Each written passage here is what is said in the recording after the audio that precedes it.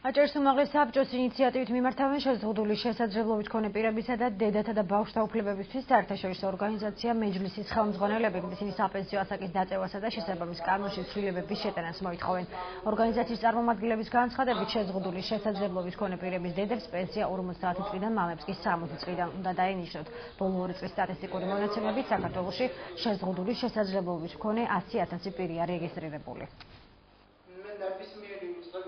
ჩვენ ვიცით რომ მალავენ ზოგიერთი ოჯახი, ზოგიერთ ოჯახს არ უნდა გამოჩედა და ეს იქნება სტიმული გარდა ფინანსური წახალისების და მორალური მხარდაჭერაც რომ მოხდეს ამ ადამიანების გამოჩენა, რეალური სტატისტიკის დადგენა და ორგანიზაცია ამ წინადადებით მიმართავს აჭარის უმაღლეს საბჭოს და იქედან მოხდება ამ კანონის პარლამენტში ინიცირება. ამით ხარს დაუჭერთ იმ ოჯახებს, რომელთაც ყავს მსგავსი ბავშვები, ისინი წარმოჩნდებიან საზოგადოების წინაშე უფრო მეტად, ამით მათ გაუწევთ მატერიალურ და მორალურ დახმარებას და ამით კიდევ ერთი სტიმული იქნება ოჯახებისა, რომელსაც ჩვენი მხარდაჭერა და არა მარტო ჩვენი, არამედ მთლიანად ქვეყნის მხარდაჭერა იქნება წარმოჩინებული.